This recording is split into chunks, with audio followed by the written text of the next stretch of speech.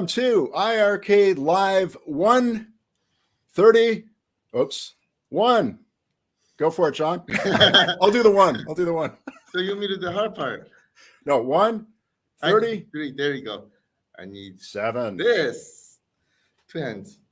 Woo. Perfect. We've got this. 137. Actually, Jong, I think you do have it mastered. I'm still working on it after We're 137 lives. But guys, the title of this episode, if you did not see, is Flashback to Jong's Childhood with a very special guest. I think it might be more than just Jong. But Jong, this is a flashback to your childhood. So it is my childhood? Yeah. Yes, it is. So we're going to be doing some reminiscing about some of your happiest, funnest times. So is this episode all about me? Wouldn't we love that? Wouldn't we all love that? There may be more. You promised a very special guest. You're very special, Jong, but let's see. Is somebody more special than me? There, possibly, maybe an equal. We'll see. Thank you, everyone, for jumping in earlier here. We had some nice comments coming in earlier on before we even went live from Mike and Hollywood Polo, Pete. Hello, Pete. Lots of people jumping in. Jong, did you want to give a really quick update? You always like to squeeze in some business, even when you have a very special guest coming, perhaps. Maybe. But just a couple of quick housekeeping items. One of them is the MFL cabinet that people are curious about. Any updates on that? Quick updates I just got.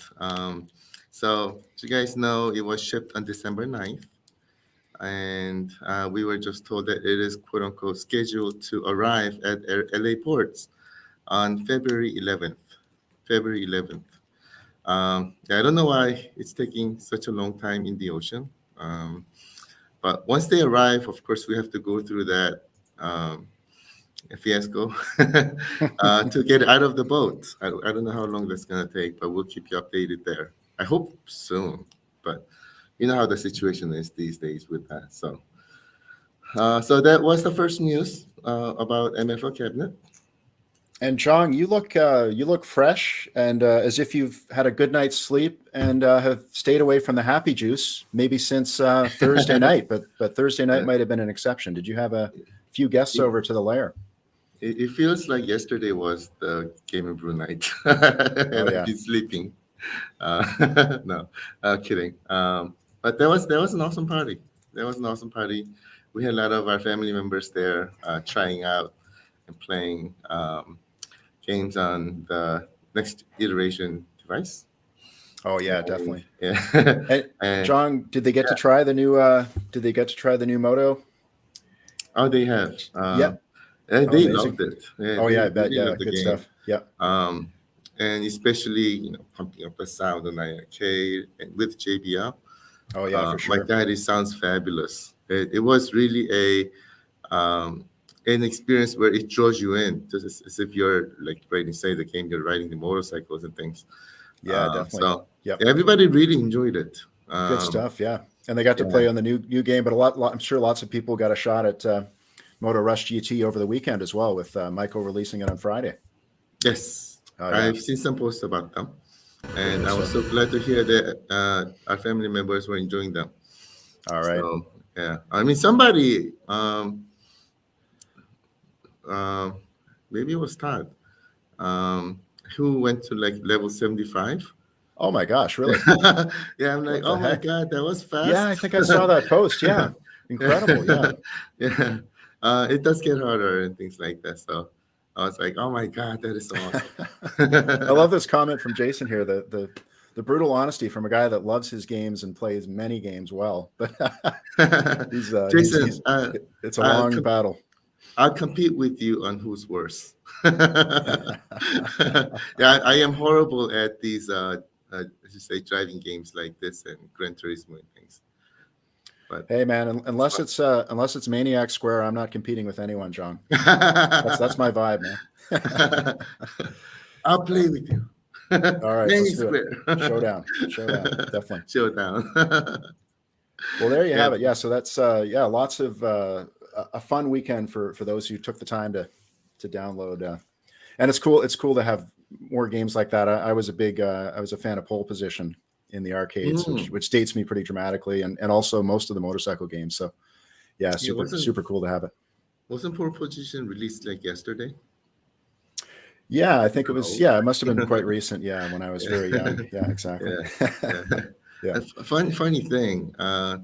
When Gran Turismo first came out, I bought it, and I was really bad at it.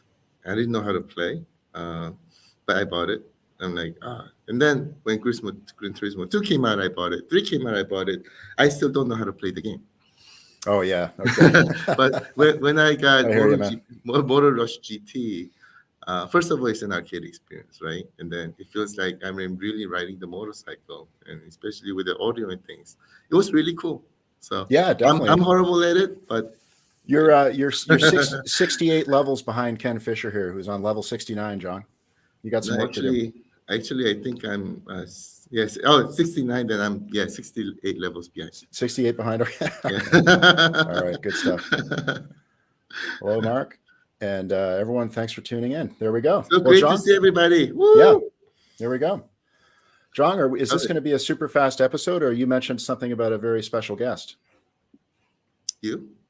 I don't know. We haven't figured that out. Maybe you're my special guest. So maybe you were in there somewhere in my childhood. I don't know. But I'm too young for that, Jong. I'm too young for that. I'm older than you, so that can happen. Pole Position was released last week, as you said. So exactly.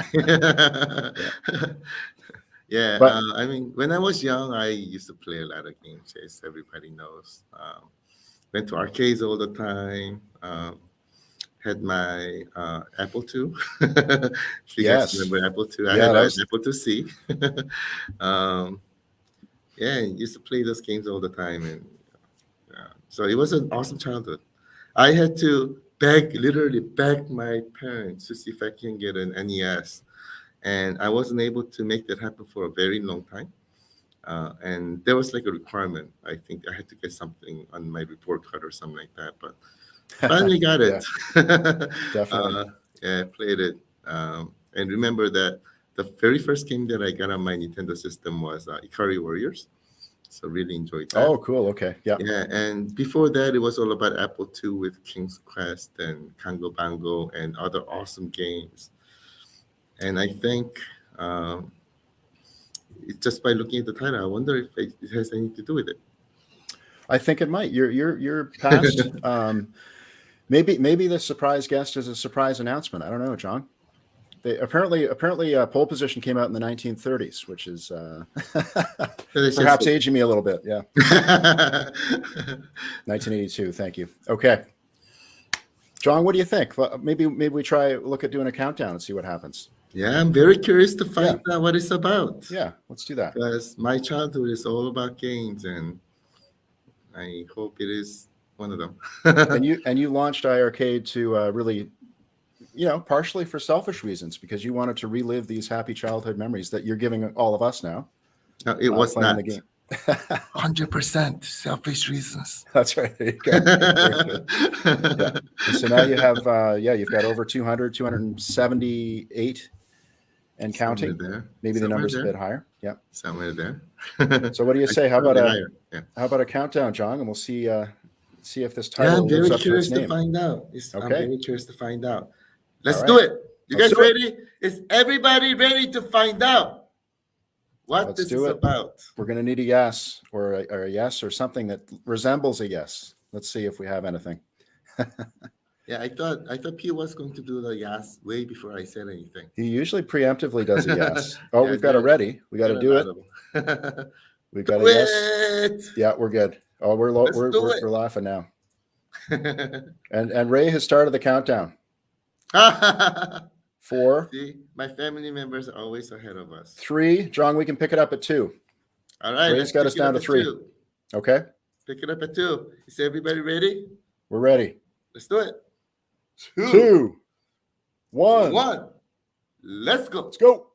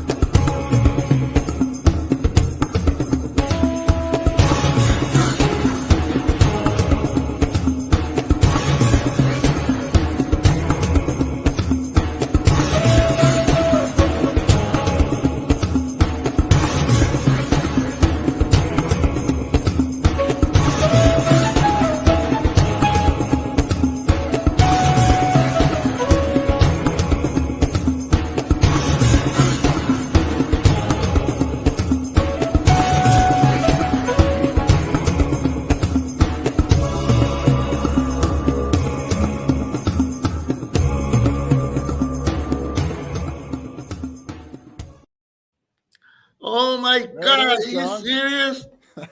Are you serious? Montezuma's Revenge is coming to iiRcade. There's your This surprise, is so Jong. awesome. What do you think, guys? Woo! You're going back in time, Jong. Montezuma's Revenge, released in 1984.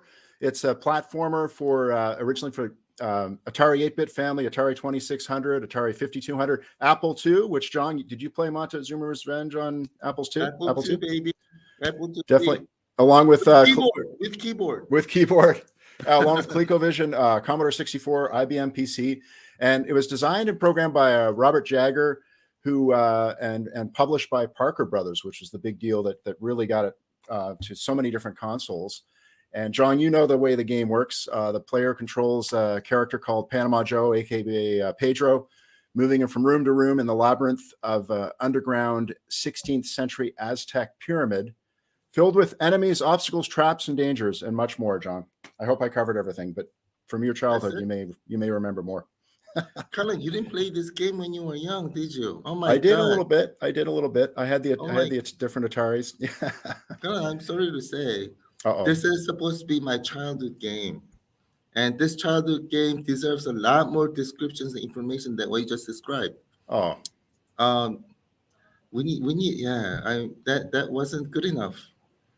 Oh no! So yeah, I missed the boat on getting a lot of the context or historical background. We needed a lot more information than we're right now in the show. Man. What are we gonna do? We need to find somebody who can do this a much better job than what you just did. How are we gonna do that in the 10 seconds that we have? Anyone? Is there anybody who can help us out to give better information than what Colin just gave? Anyone? We need some help. Anybody? Anybody? I'm panicking. Anybody? Hey guys. Oh my God! What is this? Oh my God! Thanks for having me on the show, guys. I'm here. I will give you the straight facts on Montezuma. Oh my gosh! I'll give you the straight history from 1983 on. I'll give you everything you need to know. We're going to have a nice discussion today. The creator, programmer, developer of Montezuma's Revenge, introducing. Well, he's right there, Rob Jagger. Rob, thank you so much for joining us. Amazing. Who created Montezuma's Revenge? It's right below me. Oh my God, how awesome this can be. Yeah, it's exciting. It's exciting that it's finally on an arcade system the way it's supposed to be. Rob, let me tell you, in the 80s on my Apple IIc, I played your game to death every single day. Love your game. Oh my God. Still in my memories. You are my childhood. So thank you so much for creating my childhood, my friend. Oh, thanks. Really love you. I love you right back. I'm flattered. I'm amazed that people remember the game and love the game, and people tell me, contact me to tell me that the good memories they had playing my game. It makes me feel really good. And Rob, you've been given the GOAT classification by King Creole. So thank you. Go. Yeah, He's definitely so Tom Brady's out of the playoffs, but you're in, Rob. So you're the new GOAT. And Rob, there's so much incredible history with you and your background and what you accomplished with this amazing game. As you know, it was licensed by Parker Brothers, which basically blew the lid off it as far as where it went. Maybe we can show a couple of your early pictures, and you can just let us know what you're working on. Here's a shot of you, Rob. Oh my God. Okay. This is a picture of me. I'm on a Commodore 64. So this was after Montezuma. I wrote the original Montezuma's Revenge on an Atari 800. Okay. But I also loved the Commodore 64. I thought the graphics were amazing, and I really wanted to do some cool things on it. I actually. I only had one game that made it to market on the Commodore 64. It was called Crossfire Canyon, and it wasn't. It wasn't much of a hit, and it came out at the worst possible time during the crash, the game crash. But the Commodore 64 was a great machine. I wish I would have had more time with it to do some cool stuff. Oh yeah, and there's the key. You can see the classic keyboard as well. And then moving on a bit. This is a good shot too. Where was? How about this one? Well, I guess it's probably from the same time. It's the Commodore. I'm not sure if that's the Commodore or the Atari version on the monitor there, but that's me with my big hair. I'm probably 16 or 17 years old in that picture. Okay, yeah, very good. So and then, Okay, this is a very good picture. This was the debut of Montezuma's Revenge at the Consumer Electronics Show. I believe it was Chicago. Yeah, I'm pretty sure it was Chicago of Chicago. '84. Yeah, and they had a terrific booth. You can see they premiered Montezuma for about 6 different platforms there, and it was really exciting for me. It was the first time that I actually saw the game on a couple platforms. Oh yeah, excellent. At that show, so it was really exciting. Yeah, I'm really glad we just found these pictures too. You know, amazing. These pictures have been hidden for almost 40 years. Oh, amazing. What year is this, Rob? This is '84. Okay, this is right when it came out. Yeah. Yeah, this is just when it came out. Yeah. And this is with heavy. Oh, here we go. So here's explain. Who okay, that's my dad. That's my father. Who, you know, keep in mind, I started my business when I was 14 years old. So my dad, you know, started the business for me, and you know, he's fantastic. How he had faith in me. I mean, you can just imagine what it was like having a kid. I mean, I was a troubled kid. I did not do well in school, but I had a terrific aptitude for computers, and just that he had confidence in me, and you know, just the fact that he got his teenage kid bought a computer system. They were very expensive back then. Yeah, you're right. If you think about it, a full Atari system, you know, with the disk drive and everything, we're talking about $1,300 in 1984. Wow. That's a lot of money. Oh, for sure. Yeah, definitely. Yeah, and that's without the monitor. That's with, you know, connecting to a TV. And to show Rob that it is 1984, how about this guy having a smoke in the Las Vegas Convention Center? Yeah. Gotta love that. But is this with the Parker Brothers involvement at this stage with this? Yeah. No, this is Parker Brothers. Yes. Okay. Yeah, for sure. Right. So and there's the actor that they got to play the Panama Joe character. Oh yeah, very good. Okay. Featuring Panama Joe is the name, the way they branded it. Yeah, exactly. Yeah, they were trying to brand the Panama Joe the character. But the original name is Pedro, and that's the name that we're carrying forward with Pedro. This is Pedro. Okay, so if there was a trivia question later, is that something people should remember, or will that be? It's something there may be a question that has to do with the name of the character. Yeah. Oh, okay. Very good. There might be a little hint. Okay. Okay. Too big of a hint. Now, we'd love any of our iiRcadians tuning in on YouTube or Facebook. Please jump in with any questions for Rob. And I have John, a lot of questions. Yeah, John, do you want to jump in, John, with a question? Yeah. How did Montezuma's Revenge start? I mean, where did the idea came from? Why did you start? How did it start? Okay. How long did it take? Okay, I created a few early arcade clones for the Atari computers, and I wanted to do something original. I just wanted to come up with a fresh, original idea. And I was working on a little character, and at the time he kind of resembled Bounty Bob from Miner 2049 a bit, somewhere, and a little bit of Mario mixed in. Eventually, it evolved. It became Pedro. But I was with my friend Mark Sunshine talking about, you know, what should I do? Like, I want to create an original game. He says, call it Montezuma's Revenge. Create a game with a Mesoamerican theme and call it Montezuma's Revenge. As a double entendre. You know, Montezuma's Revenge is basically the stomach virus that you get when you visit Mexico, but people people associate Montezuma's Revenge now with my game as much as they remember the original meaning of the term. So that's how it first came around, and I basically locked myself in my bedroom for 6 months, and I wrote Montezuma's Revenge. Wow. And the original version of Montezuma's Revenge was written in 1983. It was first published in '84 through Parker Brothers, but the real Atari fans remember my original demo, my original 48K version of Montezuma, which was my original vision, which never got finished. It's something of a mysterious piece of software that people love, but no one could ever finish it because it's impossible. There's a boss that no one can beat. And Rob, just to put in perspective how much memory and RAM and everything we were dealing with, when you had to port the game to Parker Brothers, I understand you had to make it even smaller than the original 48K right? Oh, Was it 48K version? I want to be clear. Absolutely. I wrote the original 48K version, and Right. the reason I never finished it, okay, back we're talking about almost 40 years ago. The reason I didn't finish it is because Parker Brothers came to me and said, "Rob, you don't have to finish this game.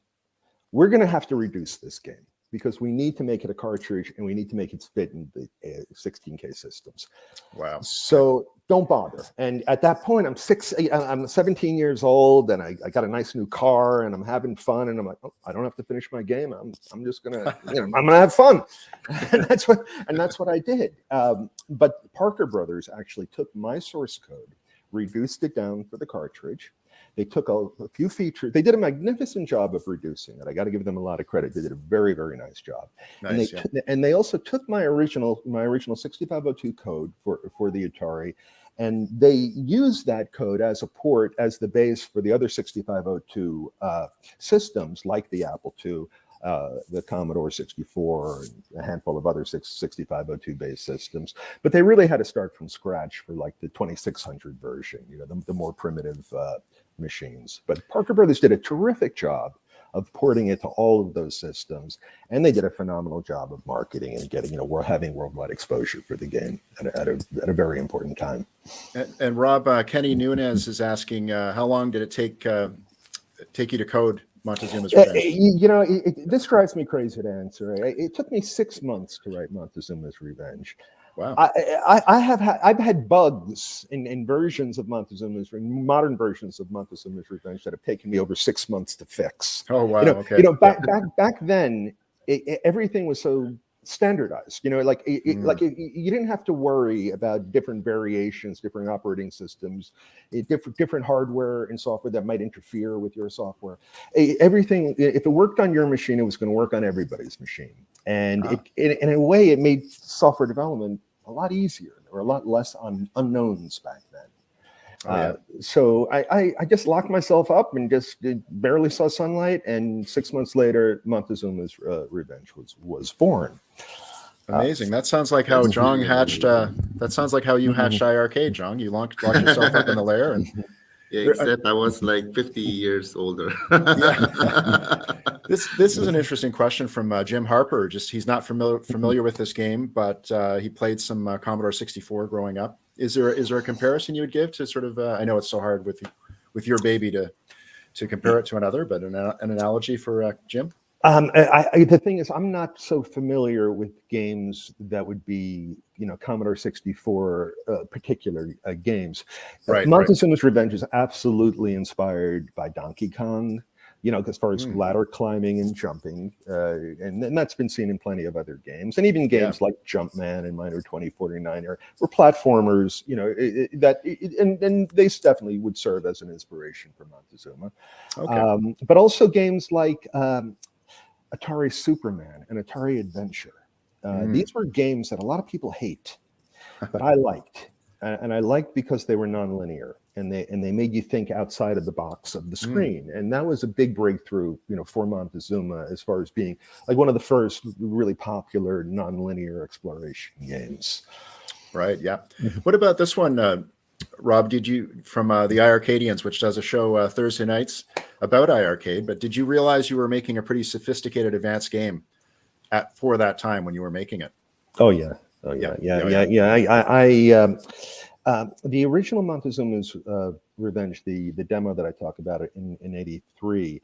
I'm into technology and graphics and maximizing. I mean, at the time, writing assembly language and maximizing the potential of the hardware of the machine.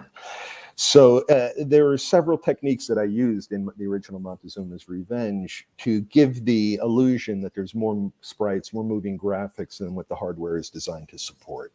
So there was a number of technical innovations in the original Atari Montezuma's Revenge because, that was my original code. And that was the code that was catered to the hardware.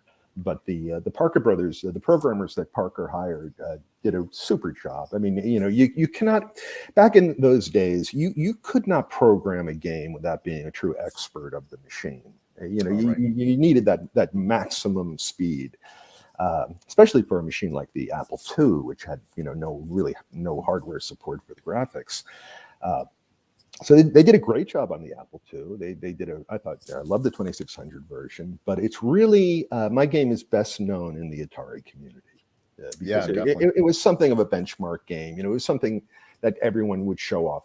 A lot of people would show off their Atari with. And also it had a beautiful attract mode. This is a game that was strongly inspired by the arcades. Now, I'm an arcade kid. Yeah, you got to remember. I mean, I grew up in arcades, and I feel incredibly lucky to see the entire evolution of arcade games, starting from way back in the Pong days, the black and white games. So I saw this whole evolution happen in the arcades, and I knew at a very young age that I wanted to be a game developer. There was no doubt in my mind that that's what I wanted to do with my life. When I was playing those arcade games. And Rob, you've got some just someone saying they love the graphics when they were 11 years old playing it, they couldn't believe it, and a lot of other good comments. One of them was about the modern mode versus the original. Can you describe that a little bit for what iArcadians can look forward to? Yeah, well, I mean, you can play the iArcade version has the traditional retro graphics that you're all familiar with, and just like it was back in the 80s. But we also have a modern mode with all new graphics and all new music too. The game is identical, though. The gameplay is absolutely identical. There's no difference in play. Well, the gameplay itself, but the modern version has scrolling, and it's just a more modernized version. But the game itself is, it's mainly a nostalgia game. This is a game mainly to, remind you how you felt when you were a kid playing games. Exactly. Jong, anything you'd like to jump in with? I have a lot of questions. I bet. All right. Before I get there, though, just to show you, sorry. My camera is another camera. I have Montezuma's Revenge running in my background. Oh, here we go. Yeah, let's get your screen up. Here we go. Okay. When you press new game, here is where you choose modern versus retro.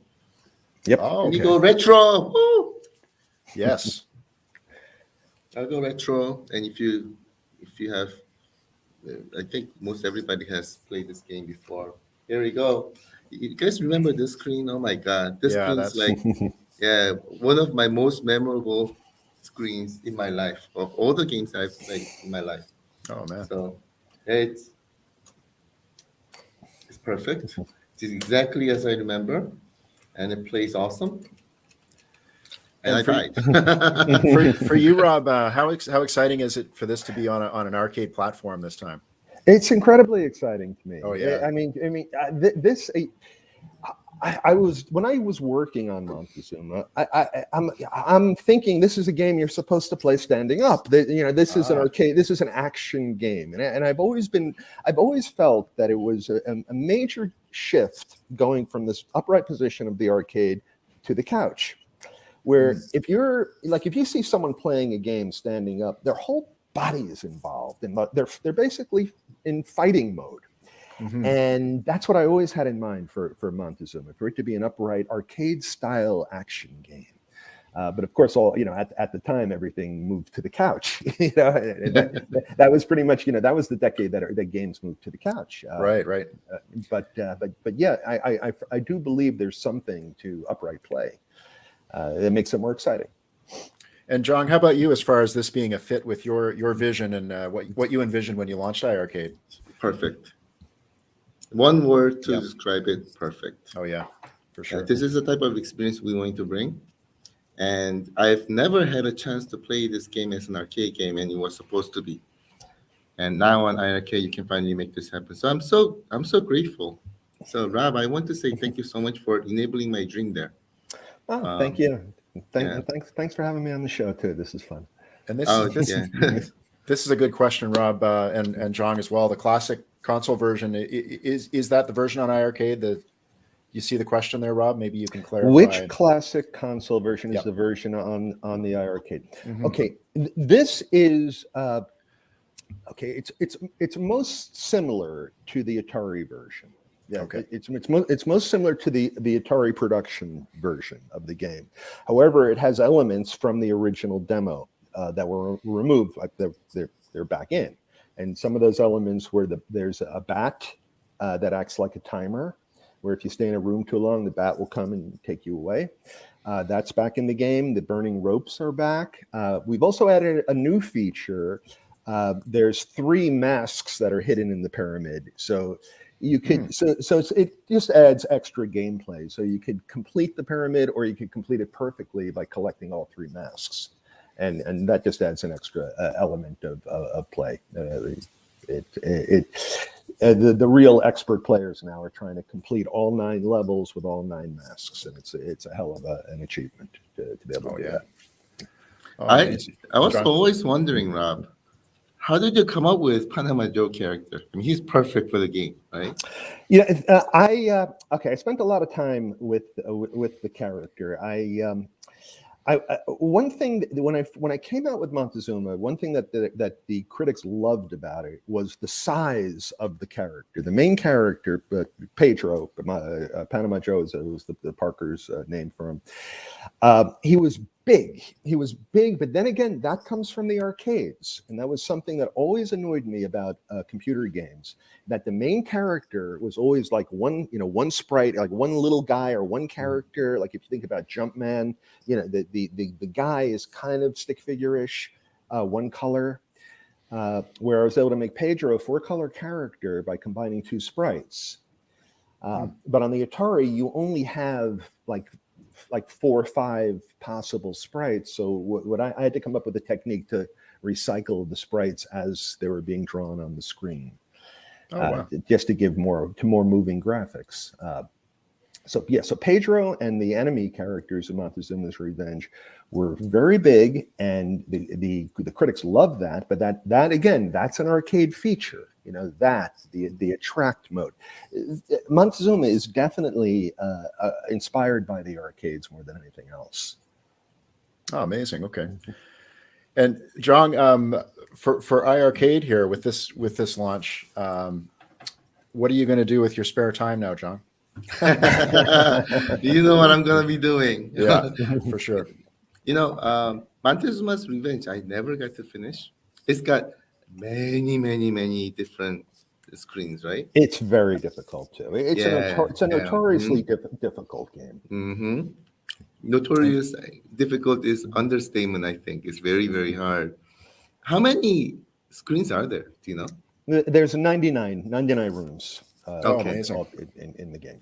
Oh wow, that's fantastic. And each level it has like temporary walls and things like that.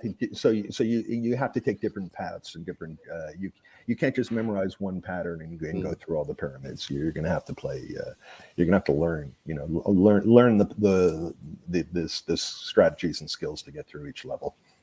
And we knew this question was coming, Jong. Leaderboards. Rob? Do we know? Rob, yeah, Rob would know as well. Yeah, Rob. Okay. Well, I'm actually personally, I've been working on the modifications and everything to get it working on the iiRcade, and I'm really happy that we it's coming, but it may not be in the first release. We will have the iiRcade leaderboards in there. Excellent. One thing people need to understand about this game. It is an ongoing, evolving project. Okay, there will be releases and there will be improvements to it. The overall plan is to eventually, for me to actually finish my original vision of Montezuma's Revenge. I was telling you earlier. Yeah. Parker Brothers said, "Don't bother finishing it." When I was 16 years old, they told me, "Don't bother finishing it."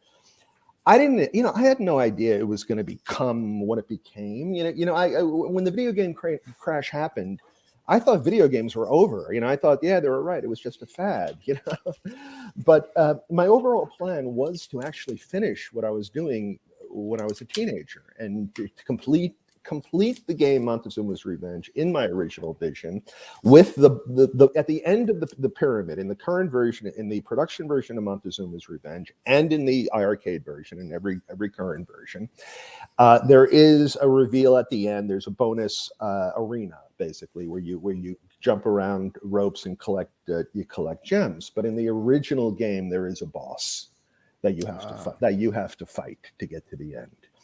And so the boss, the boss sequences and the complete game will eventually hit this version when it's ready. Oh, So amazing! It's going to be updated with the what I'm calling the director's cut features. There would be my original vision when I was a kid of what Montezuma was supposed to be. Oh, wow. Not and I'm very proud of what it is. I mean, it's terrific. They were able to save 90% of my game as it was, but it was never actually completed. It was never actually finished. So that was my intention when I revived the brand a couple of years ago, to really just finally finish it. Oh, wow! Okay. In addition to just to bring it back and to do projects like iiRcade and just people remember the game, and it's very touching when people send me a little letter or something to say, this was my favorite game. I spent so many hours playing your game. Thank you so much. It's really something. So I've always gotten a little fan mail and things like that. But my career, I'm a game designer, but I'm also a software developer. So half my career is games, and half my career is outside of games. So I have another career in financial technology and also in internet gambling technology. So I took several years off of gaming where I didn't neglect Montezuma's Revenge, but this is the last couple of years I'm back, and we're doing all kinds of things. Now, one thing I do want to mention is what you see right here in the background. This is Montezuma's Revenge on the Nintendo Entertainment System. Now, Montezuma's Revenge was never officially released back in the 80s or in the 90s for the Nintendo. It was out for the Sega Master System, which was the competing system, but of course it was the NES that became the dominant game console of the 90s. So finally, after all these years, we're finally going to release a version on cartridge and also digital. We're going to be doing the Kickstarter thing. We're going to release it as a cartridge, and we're also going to release it as a special limited edition package. That's going to include the hat. It's going to include all kinds of goodies. Yep. The fans are going to be really excited about this. I think we're really putting a lot of our heart into this. Wow, we'll be watching for that Kickstarter. And that, sure, I want to mention. I'm doing in conjunction with a homebrew company called Second Dimension, a terrific small homebrew. They do all kinds of retro games, and I hooked up with them basically because I'm strictly a software guy. I don't know about making cartridges and doing Kickstarters and things like that. So this particular project for the Nintendo is my company, Normal Distribution, with Second Dimension. Very exciting! As a publishing partner. Great. What's the timeline on that, Rob? We'll keep an eye open for it. I hope the Kickstarter is going to become live within 6-8 weeks. Oh, wow. Okay, soon. Very good. Okay, we're working like crazy getting this going here. We don't have a date set yet, but we just want to. What we're trying to do. I've always been very patient, and really, I don't like that feeling of pressure. I want to have everything set. I want to make sure that we have proper sources for all the goodies, and we're gonna be able to release this without any problems or any major problems. There's always issues when you're doing things like that. As you guys know, when you're selling hardware, there's supply issues, there's all kinds of problems. Yeah. And Rob, you may have answered this question earlier, but just to clarify, will we get the new levels of your game on the iiRcade version? Well, that's what I'm saying. Absolutely. Yeah. Okay. But I want to, just so you guys understand, the plan is right now, there's the number one, the upcoming game, the upcoming project is the Nintendo cartridge, but we also have plans for an Atari cartridge. Now, the Atari cartridge is what I'm talking about, the fully complete version of Montezuma's Revenge with the boss. So this boss and these director's cut features will first be seen on an actual Atari cartridge. And although I am writing it in C++, we're taking my code and we're doing it in parallel in assembly language for the Atari. So I'm first going to release it for the Atari. I promise my Atari fans that they're going to see it first. But after that, it's coming to iiRcade. All of those features. Oh, amazing! So That's excited. great stuff. Yeah, it's going to be cool. Excited. It's going to be really cool. You may have spotted this, Jong, and maybe Rob would be excited about this as well. But any chance of skinning a cab of Montezuma's Revenge? And iiRcadian's pointing out he's always thought it was perfect for this. Yeah, I would laugh. Man, let's We'll see. Go ahead, Rob. Go ahead. Yeah. We'll see. I would. That's something that I'd love to see. Okay. Yeah, definitely. Oh, yeah. Okay, great. We'll Good definitely stuff. see. By the way, I have a couple of questions for you, Rob. Okay. You've mentioned that you're writing in C++ and Atari you're doing in assembly language. Back in the days, was everything written in assembly language? Oh yeah. And yeah. Back in the day, there were no. You had to have some very expensive equipment to have a compiler or something like that. You needed like mini computer mainframe type thing back then. So all of the old games were pretty much written like the way I did. I wrote Montezuma on the Atari 800. I had to get a special disk drive because the source code was bigger than the size of the storage of a normal disk.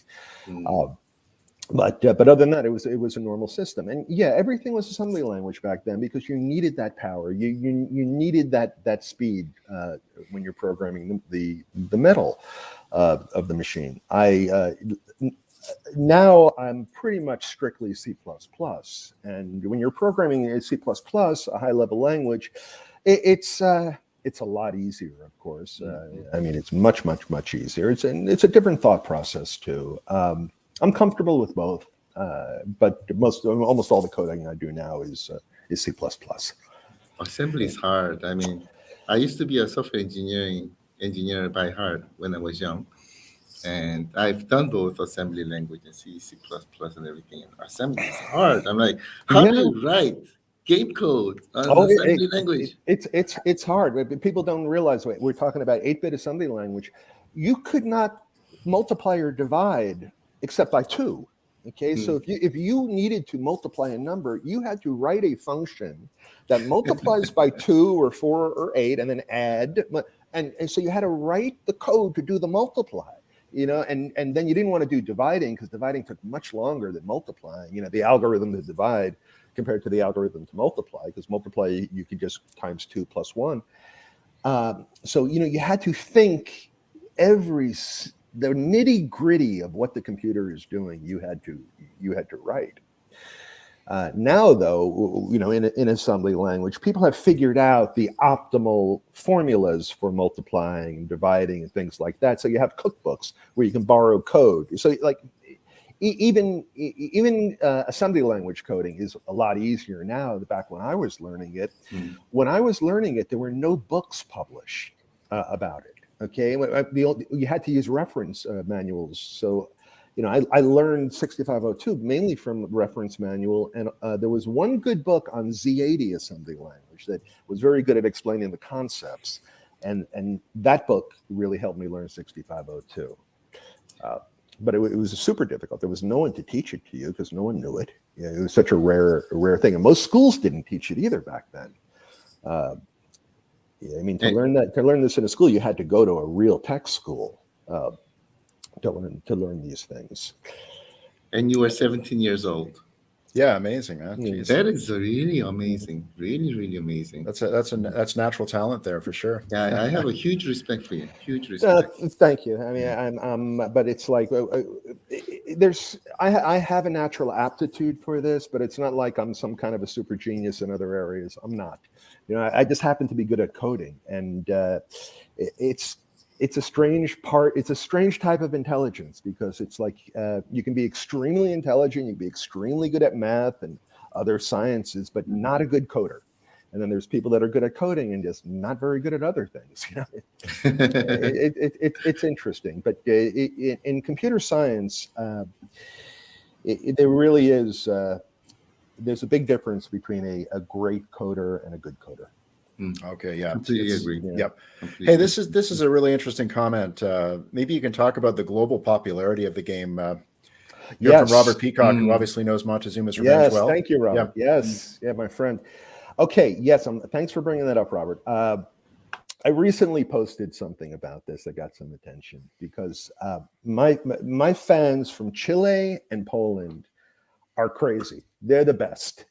They don't. There's a bit of a rivalry going on. I know I love you guys equally. Okay, just so you understand.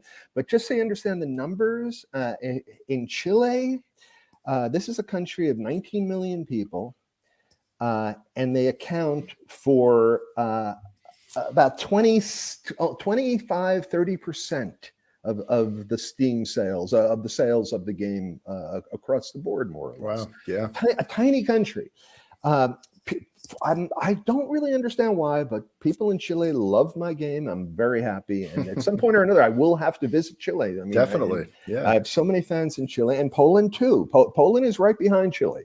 Wow. That's amazing. Okay, so the list was the United States number one with, we're talking about 320 million people, and then number two is Chile at 25% of volume at 19 million people, and then Poland at 37 million people. They're the number three country for Montezuma. Wow.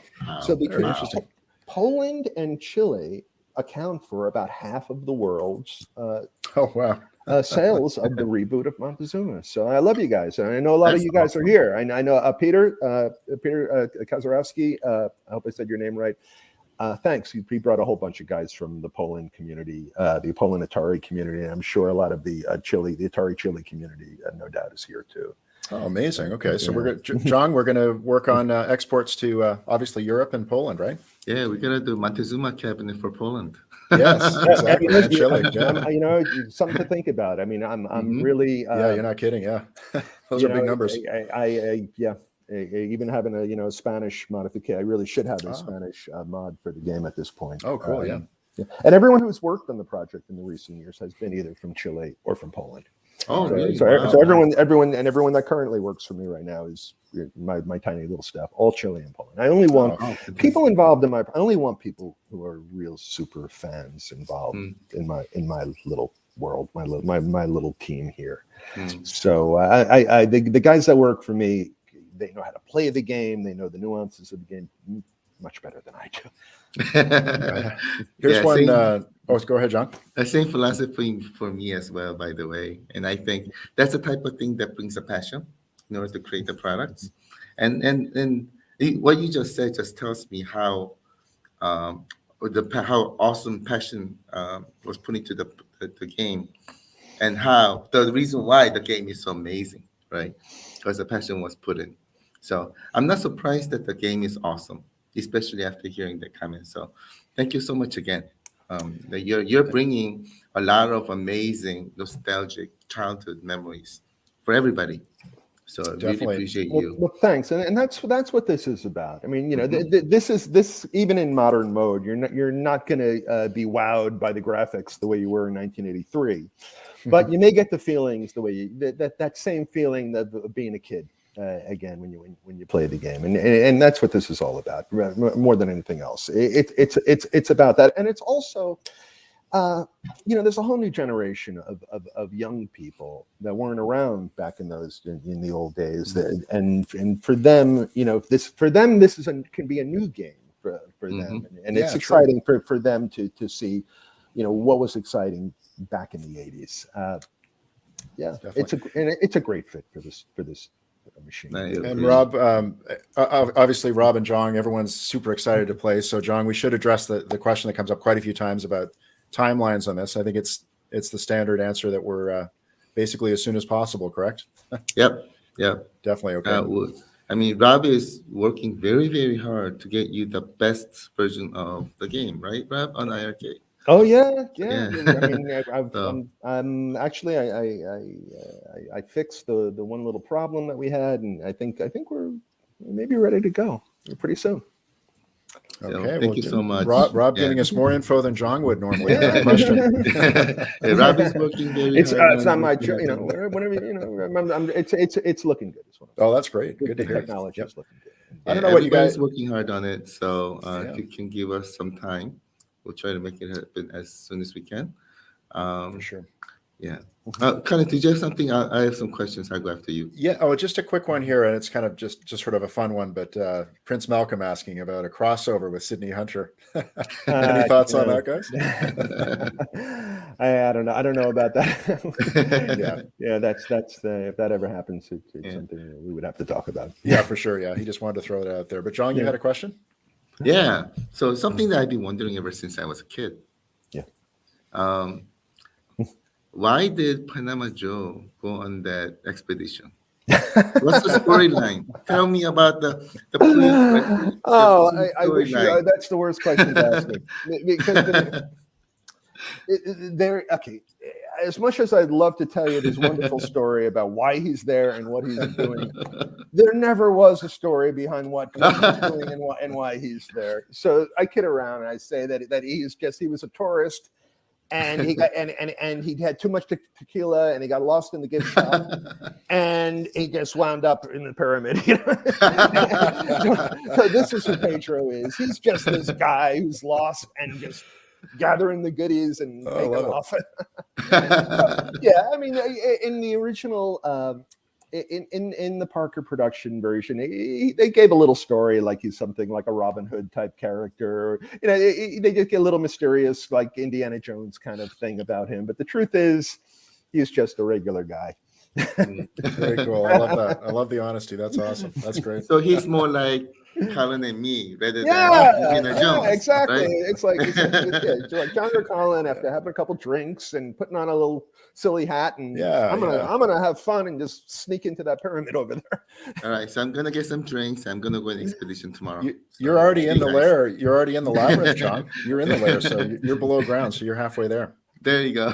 Yeah. I have another question for you, Rob. Now you've added that awesome, really, really awesome modern graphic mode. What was the inspiration behind that? Well, when you say the inspiration, I wanted the artist who actually did the modern mode is Rafael Dudek. He did a great job. Once again, a fan of my game. He just did some fan art. On his own, he just created his own fan art. His vision of his modern representation of the Montezuma characters, and he just posted it on my my Facebook page. But my Facebook page is Montezuma's Revenge Game, so it's Facebook/Montezuma's Revenge Game. And I love what he did. He did a phenomenal job. So I got him involved, and he created 99. That what you're seeing right there is one of Raphael's rooms. So he created 99 totally custom rooms. And also when the modern characters, I want to say the modern Pedro and the modern enemies, those were done by Mark Sunshine, who I mentioned earlier, who came up with the name Montezuma's Revenge. So Mark is my old friend, and he's a terrific artist and musician. And he's this version of Pedro is Mark's Pedro. So Mark did those graphics, and had a terrific musician from Poland. He goes by the handle XTD, who did the music. I got together a really talented group to modernize the game. But the key thing is it's the same game. I mean, it's the same skills involved. So so it isn't like there's going to be any difference at all when you're playing it, other than the scrolling. The modern mode has optional scrolling, so you can turn it on or off. Oh yeah. One thing that I saw is that these are like perfectly, like if you overlay them against each other, they're like perfect. Each levels, and you had 99 levels. So first thing was like, I was like, this must be very hard and time consuming. These are like perfectly, literally overlapping against each other. How long did it take to make that happen? I mean, doing all the graphics and he did a hell of a job.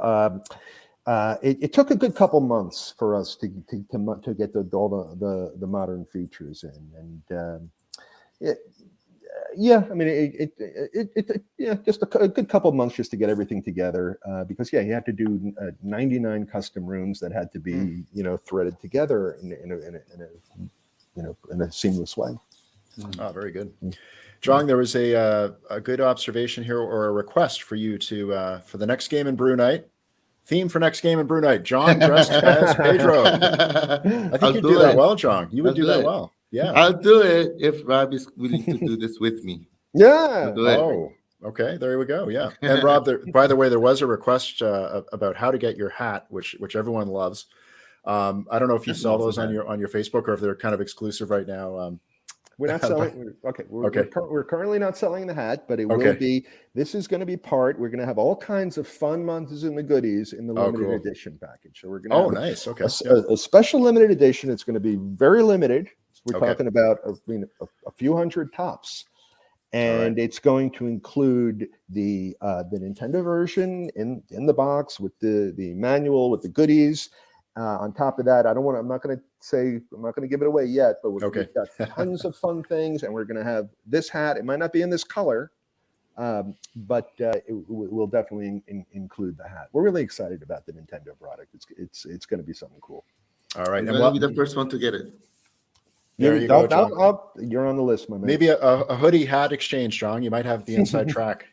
There you go. There you go. But I am also buying your products on Kickstarter, etc. When it comes out. For sure. Yeah, definitely. Very excited. Very excited. Yeah, absolutely. Hey, Rob, and totally up to you what you want to show, but a lot of the viewers are fascinated by, first of all, the pinball machine behind you. Oh, is that Star Trek? Yeah, it's a Bally Star Trek from '79. Cool. And I have a Papa Shot basketball game back there. That's so awesome. This is my little arcade, and there's my little retro corner over here where I have my Nintendo and my Atari 800 and a whole bunch of little, old time game systems set up. Oh there. Wow, man, you're living the dream there. That's beautiful. You're really an arcade guy. Love it. I'm an arcade guy like no other. Oh, absolutely. I spent so much of my youth in those arcades. It's incredible. He's one of us, everybody. He's amazing. Yeah, it's amazing that you could create this game in the early '80s and you're so young. But now we understand you were 17 when you made the game, which is just amazing. So But a lot of of that generation of developers were young kids, right? Okay, right. There were a lot of us that were that age. Hey, now, Rob, now that we mentioned the hoodie, is there any chance you could come up with a trivia question for our iiRcadians? Because I think Jong's hoodie's looking like he wants to maybe take it off his back, perhaps. I don't know.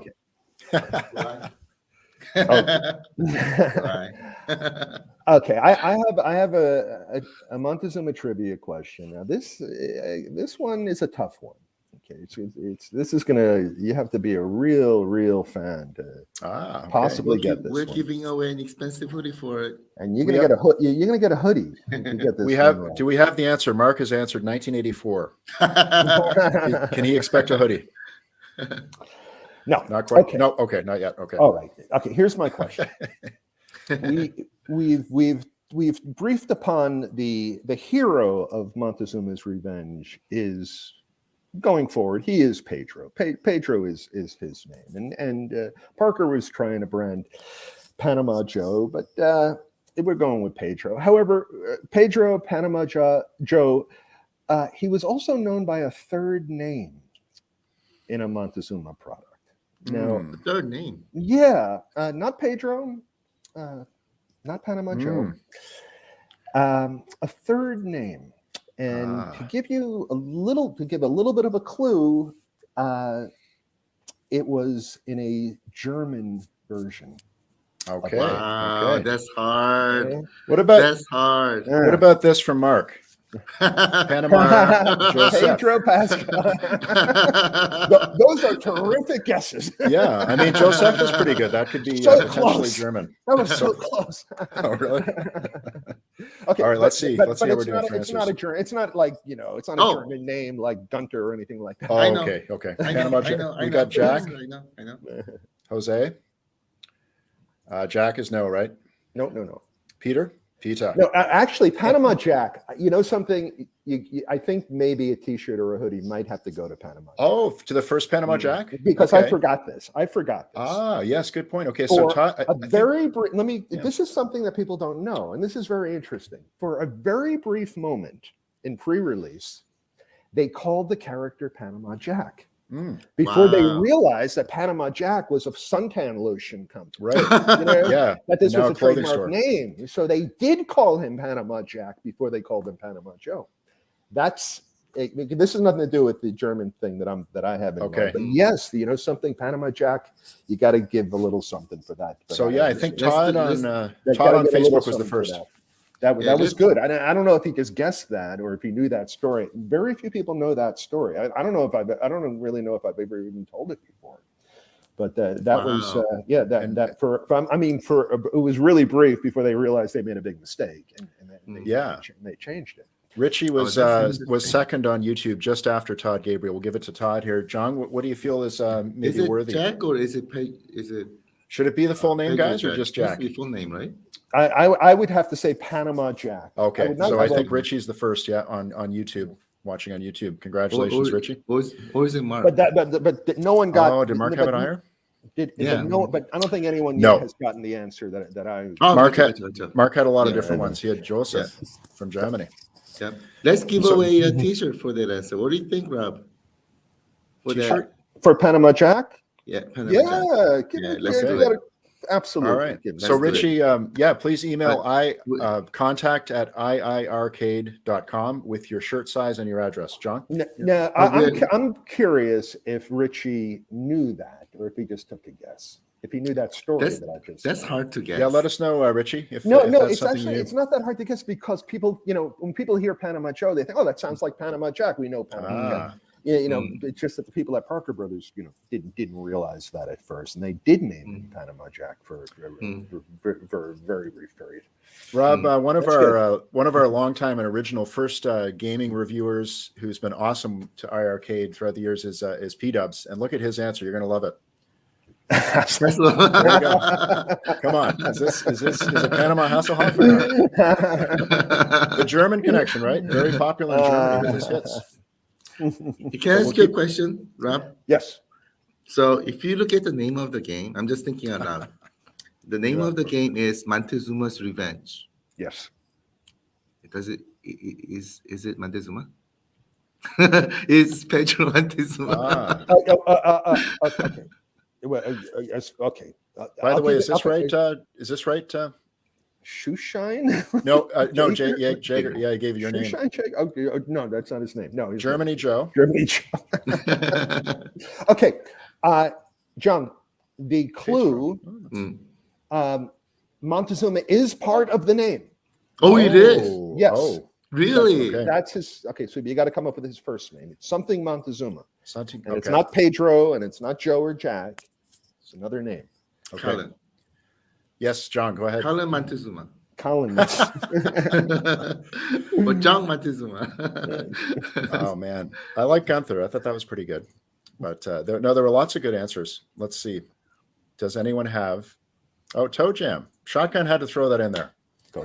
He loves Toe Jam and Earl. He loves Toe Jam and Earl. Jorgen Montezuma. No, it's not a German. It's not name. Really a German name per se. Okay. It's not. I mean, it's a name that's German, but also we have the same name in English. Okay. Adolf. No, it's not going to be Adolf. I don't think. Johann? Not Johann. Yeah. We're going in the wrong direction. We're going backwards. Panama Montezuma? Nope. No. Aztec? No. Is Montezuma first name or last name? Last name. Monty. Oh, his last name. Okay. Monty. I like Montezuma. Yeah, that's pretty good. And did you see this one, Pietro? Nope. No. Okay. I wonder if we should give another clue, unless it's already been here. It's hard for me to know if it's been answered, but maybe. I have not seen it. I mean, it hasn't been posted on the screen. Actually, okay, you're looking. Yeah. Let me look at the. Keep scrolling, definitely. I'm looking at the project. Hans Montezuma. You said it wasn't really a German name per se. Someone was close. Actually, Axel. Someone really? was close. Oh, okay. Now I see the. Oh, I see the list here. Okay. No, I didn't realize there were so many guesses here. Yeah, Jungle. Oh, look at all these guesses. Oh my God. How about Jungle? Okay. Jungle, no. Okay.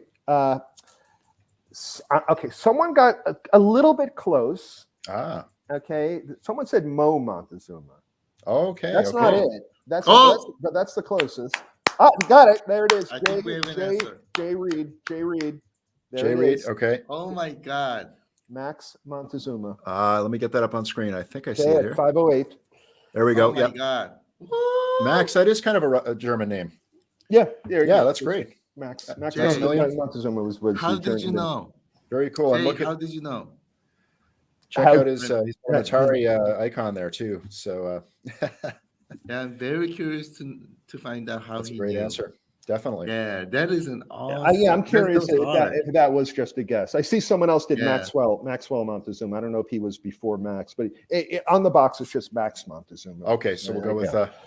Yeah, so Jay, I think we'll go with Congratulations. Max. Jay, if you didn't hear earlier, email contact@iiRcade.com with your hoodie size and your address, and Jong will give you the hoodie off his back.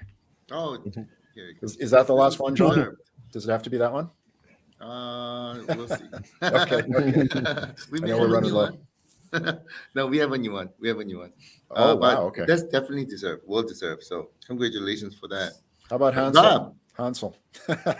that was a very difficult question. That was an excellent Very question. difficult very question. Yeah, I knew it would be not But Rob knows the value of an iiRcade hoodie, so he was not going to make it easy. Oh, that was Yeah. awesome. No, Love definitely. it. Love it. yeah. Just to give a little bit of a break for our family. What do you, if you have one? What do you think about maybe giving them another one that's a little bit easier, the consolation prize? Maybe T-shirt. A T-shirt, okay. What do you think? Okay, I've got an easier trivia question. Oh, you do? Nice. Lined up here, and I was hesitant about this one because it's about me, not about Montezuma. Oh, we want to learn about okay, you. yeah, let's do it. It's Yeah, a we want to it's a learn Rob, about you. Rob Jager trivia question. Okay, great. Okay, Woo! and Do but it. this one is really for the Atari people more. Ah. Because I created two arcade clones before Montezuma when I was about 13 years old. Actually, 13 and 14 years old. What were the names of those games, and what were they? What arcade games were they based on? Okay, very good. I know. Okay, so it's two games. Two games, guys. and we need four titles. I So know. I know. So, Mark, you've missed it again with your answer. 16 is incorrect. These preemptive answers are worth a shot. Pitfall. Pitfall. Believe it or not, Rob, some time ago, Okay, someone well- actually didn't get it right. Okay, well, we got the names of the there's- game. yep. Shotgun Sean got that, but he Oh, didn't do the full nice. answer. You got to also give the two names of the games that were based on. So, Okay. you got to do the full answer. So no one has the full. Pac-Man and Donkey Kong. That's fine. Okay. So, Sean, yeah. There we go. We got it. C. Anderson, you got it. Jumper Pac-Man, Pinhead. C. Anderson, Very good. watching on Yeah, C. YouTube. Anderson. Very good. Great answer. Wow, that was Very good. quick. That was Congratulations, quick. my friend. Very good. Impressive. Yes. And now for extra credit, I want to see if anyone else can get this. Chomper was a very primitive Pac-Man clone, but it didn't have a maze. It had like a grid. Now, so Chomper was really based on two arcade games. Pac-Man, of course, the character is a Pac-Man type character, but that grid, that the Chomper game, that how you play Chomper, is based on another, not a well-known arcade game. It was made by Exidy, and I want to see if anyone can figure that one out. And quite frankly, I don't even remember the name of the game. I'll know it if someone Okay. says it. I'll know it. You know what I mean? But it was a game that was based on a grid. Mhm. And it was by Exidy, and it was not a popular game. It was a real flop in the arcades. Okay. Do you see some answers there? I'm seeing answers, and I have not seen it yet. Okay. Nope. And nope. C. Anderson, please email contact@iiRcade.com with your T-shirt size and address. Okay. A lot of mousetraps. A couple of mousetraps have come down. Mousetraps came out way after. Yeah, Chomper. okay. Way after. Sidetrack, rotoscope, No, pop by. I know Targ, have some we got it. extras. We got it. Oh, Thomas B got it. Targ. Oh wow, man! Great It's answer. Targ. And Nice. I did not. Someday I'm thinking I shouldn't have brought it up because I don't remember the name of the game, but it was. There you go. You needed that's the awesome. Now we're sitting here in a room with I don't know how many hundreds of game people here. I'd like to know how many people remember Targ. That Oh, was yeah, not, let us know, that was guys. not a popular game. Let us know if you remember Targ. Someone said Tron too when you mentioned the grid, but that was super popular. No. Yeah. Tron was way after that. Yeah, way later. Yeah, exactly. Yeah. We're talking. Chomper came out in 1981. So that was Okay. 1981 or 1982. I'm not, no, 81, I believe it was. Okay, very good. John, can we do the full wardrobe now? We've given away a hat, a shirt. What about a for Thomas we for this gave away bonus a question? hoodie, A hoodie, t-shirt. sorry, t-shirt. Yeah, let's do it. Do the hat for Thomas B? Yeah, let's do it.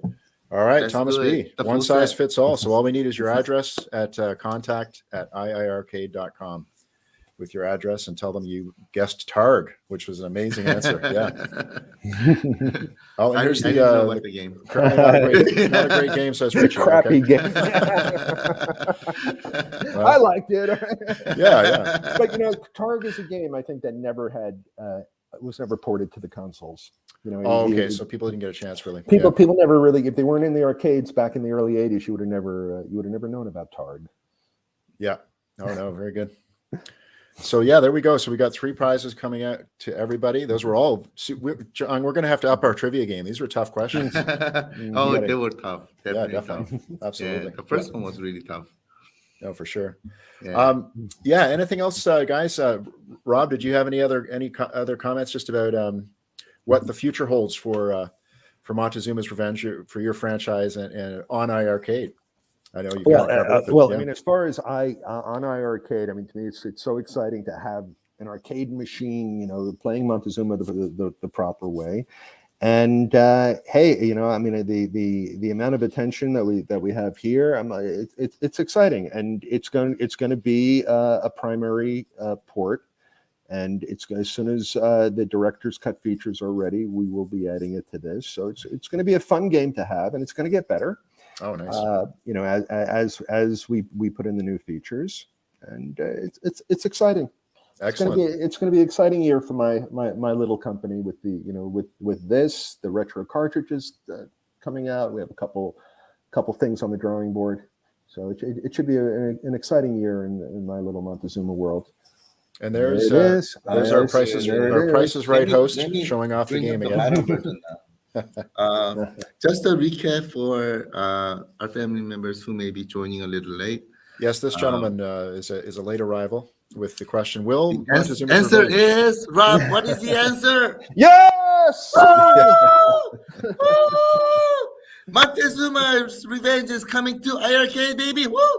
The way that it was supposed to be played. That's right. We have both modern graphic version, as you can see in my background, as well as the original Atari version to perfection. And I play both. I love it. It's Montezuma's Revenge is my childhood game, and I used to play this all the time on my Apple IIc. And, oh yeah. Today we have the man, the myth, and the legend joining us here.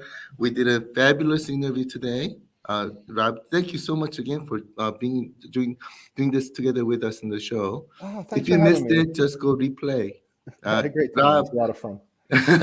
So did we as well. Rob gave us a lot of amazing answers based on regarding what happened in the past and where we are now, where we're going into the future as well. It was an amazing interview. Really appreciate you, Rob. Thank you so much. Thank you. Especially for creating my childhood game and bringing it back on the way how it's supposed to be played. So thank you so much. We love you. Thank you. Love you guys. Can I want to plug my Facebook real quick. Yeah, definitely, Rob. Go ahead. Do you want to type it in there, Rob? Type it right into the comments. Okay. Could you post a comment on your screen? Something. Or I can type it in. If you read it out to me, I'll type it in. Something. I don't see an entry. Yeah. Facebook.com/Montezuma's Revenge Game is I do most of my social media on Facebook. And my website is normaldistribution.com. And we have we're putting together interest lists for the cartridge versions of Montezuma's Revenge. You can see everything what we're doing, things that we got planned, and you can check out the website. But the Facebook page is where most of the stuff. And I have a lot of interesting photos and artwork and the original sketches that I did from from Montezuma on the Facebook page. You got to put the N in there. You spelled Montezuma wrong. Oh man, this is becoming MONT. Yeah. Oh man, I missed the M again. Okay. There we go. Anyway, you guys know how to spell it, but I'll type it here again. If Jong and we Rob can. want to talk amongst Right. themselves. One more thing. Todd wants me to say one more thing. So I'm going to say one more Yeah, thing. Okay. that basically means they want us to release the game right now. Oh. We're still going through making it awesome for you. It has to be perfect. Of course. Yeah, it has to be Of perfect. course. We Montezuma's Revenge game. Good. Thank you. Okay, take no, two. No. Get rid of that .com at the end. Oh yeah, what the? We're any close. viewer- We're getting there. We're almost If there. any iArcadian wants to type in this Facebook, I can't. I don't know why I can't. There's no entry. that's okay. fee. Take three. Here we go, everybody. If anyone else wants to type it in faster than me, please do. Let's see who wins. You versus the family. Well, it doesn't Let's count see because who I've had 3 takes and I've gotten it wrong every time. Copy paste. Game. Let's see if we got it. By the way, Rob, let me ask you another question. Sure. Before you do What? that, Rob, just proof check that. Okay. take Facebook three. time. Montezuma's Revenge. Good. That's it. That's the link right there. One time, Awesome. actually 3 times. Okay. Just 3 times. Yeah. Um, so, I mean, as Rob said during the interview, he's going to release Montezuma's Revenge, and then he's going to finish the game, director's cut, and release that and make it perfect, complete. What's after that? What's after Montezuma's Revenge for you? Well, when you say what's after, I have got a lot of Montezuma work to do. Oh, awesome! Because right now there's still no Montezuma's Revenge on the main consoles, and the Switch and the Xbox, and the PlayStations. So that's something I really would like to see happen. To have either a nostalgic version or an updated version for the main game consoles. But right now, I mean, I'm so busy with all the things that I'm doing. I would love to start working on new creative things, but the creativity that I'll be working on are the boss sequences for the director's cut. So that's kind of my next bit of creative work. However, I love to make games and to create software. I'm fascinated by virtual reality and what's going on in that area. So hopefully, there will be more games in the future. I sure hope I can do some more original stuff. Yeah, what I wanted to sort of also find out, sort of in a roundabout kind of way, is as a true lover of Montezuma's Revenge, just like all our family members in the chat right now, I was wondering if there's a true sequel in the horizon. I know this is like way in the future, but are you considering, quote unquote, any kinds of consideration on a true sequel to the game? I have always, if someone has a proposal for me, I will hear them out. And I'm hesitant to talk about things that are in very early stages. Of course. But been there, done that. As far as coming out with a sequel with new technology and possibly modern 3D graphics, it's possible. It's something that may happen. But once again, if there is anyone out there in the audience that has the connections and the skills to work on a Montezuma project, I'd like to hear from them. Absolutely. And what about this one, Rob? Director's cut. Will it be a separate game or an update on iArcade? No, well, it's going to be an update. I'm not planning on maintaining 2 versions, but you will have the option. You'll have the option to play production version or director's cut. Oh, cool. Okay. So I'll have to maintain 2 sets of high scores and things because they'll be very different games because the boss challenges are like entire games unto themselves. We're talking here. Now, keep in mind, I back in the 80s, I was limited to 48K. Now, we're going to have a 256K cartridge. So now we're banking memory all over the place. So we can do so much more on the old Atari computer than what we could in '83, and I'm going to use that. I'm going to not worry about the restrictions of 1983 on this director's cut. But first it'll be for the Atari, and then for the other reboot platforms. Great stuff. And if you need any branding ideas for your future developments, you got MetaMonster. Oh, there we go. Yeah, Montezuma. Meta. Yeah, well, Montezuma. Well, he's talking about the Quest. He's talking about the Oculus Quest, which is some of these guys are catching on. That I'm into virtual reality. I've always I've been into the technology since the 90s. Oh yeah. And finally, with the Meta Quest, it's here. We have non-tethered virtual reality. It's pretty amazing. Yeah, for sure. Okay, very good. Yeah. All right, I had another quick question, Rob. Sorry, regarding. I just got curious while you're talking right now. Thanks. If you are pressured into, or you are planning on making Montezuma's Revenge sequel right now, right? Right now, yeah. If you had to make a decision now. If I had to make a decision, this is a theoretical question. If you had to make the decision now, would this be a 2D game or 3D game? Oh, a sequel. Okay, I the answer to that would be 2.5D. Okay, you follow me? You know, the game will primarily play in 2 dimensions, but the visual effects will be total 3 dimensions. Oh, that's awesome. But it'll be true 3D with a moving camera and everything like that. But the challenges will be basically two-dimensional or two-dimensional in nature. So that's kind of what I have in mind for a 3D sequel for Montezuma. But this is it's something I really don't even want to get into because it would be so far in the future. My main focus is on this. Right now the main focus is on the Nintendo. Getting everything together for this big offering for the Nintendo. But after that is the director's cut for the Atari computers, and then having it released for iiRcade. All right, looking great forward stuff. to it. Very, very excited. And just fascinating to go back down, to the days when you were first developing this, and I love the fact you had to port it down to 16K, which today just sounds crazy. How big were the floppy disks? I think some of the games 77K, I believe. Oh, okay, yeah. So they had the Atari floppy. Yeah, very good. Okay, Wow. yeah. So that was a more robust system. I had a double density floppy drive, so I had double the size, like 160, which I needed for the source code for Montezuma. It was getting too big. Okay, the source code for Montezuma got so big that I had to take all the variable names and reduce them to single letters.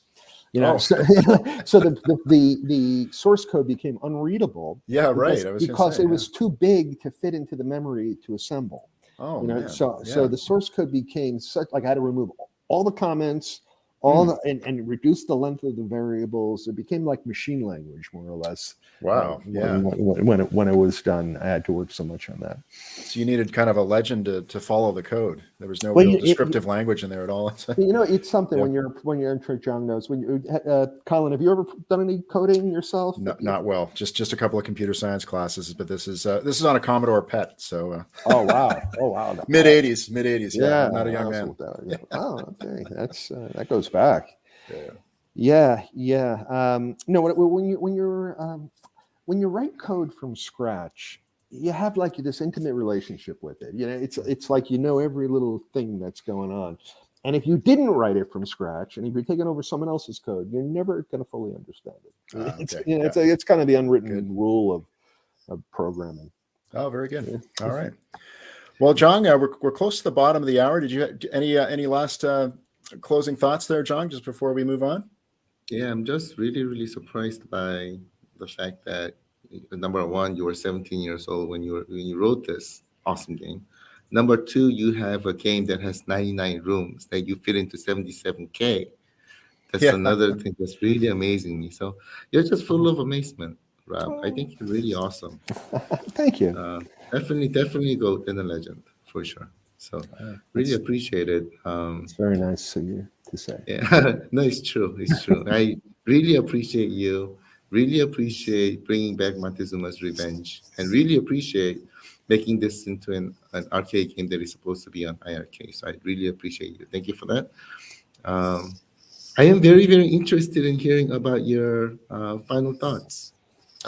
Oh, thanks. I had a great time with you guys. Thanks so much. I really appreciate it. I'm super excited about playing Montezuma on upright the way it was designed, and I think it's going to be hopefully a nice hit for your machine.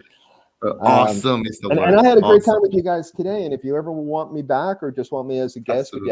if you happen to be talking about the old days, especially if it's Atari, Oh, wow. I love to talk about the old days of games and the old arcade game, the old arcade days. Let's definitely do it. Certainly, feel free. You can give me a call anytime, and I'll come back that's awesome, Rob. Say a few words if you'd like. You couldn't have a better closing comment than this, guys, from Christopher. Super cool to see the man behind such a legendary classic, and that really wraps it up. Yeah, beautiful, man. Rob loves that, by the way. He's a humble guy, but he sure appreciates that kind of comment for sure. It's very kind. Thank you. Yeah, absolutely.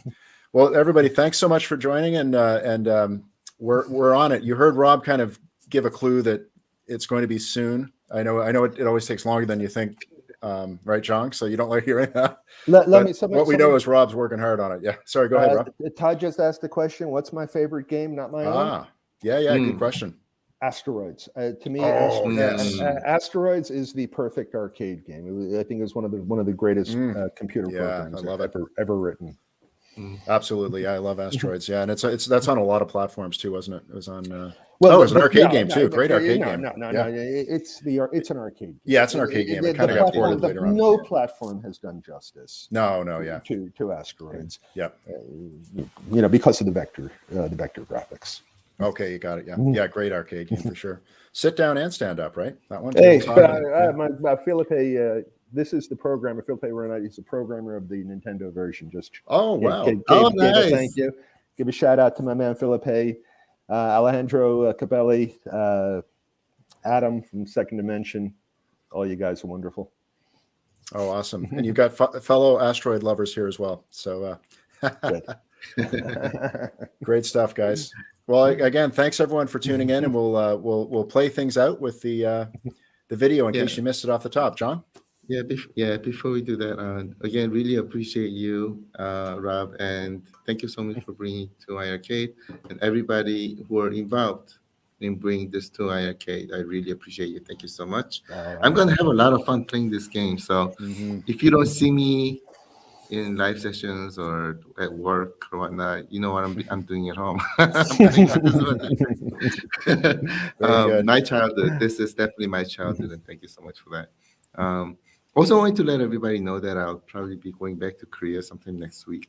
So I'll be gone for a while again. So from Korea, whenever I can, I'll try my best to communicate, and if there's anything cool, I'll let you know. But you know that on Fridays, you always have Michael. He has an awesome show. So just wanted to let you know.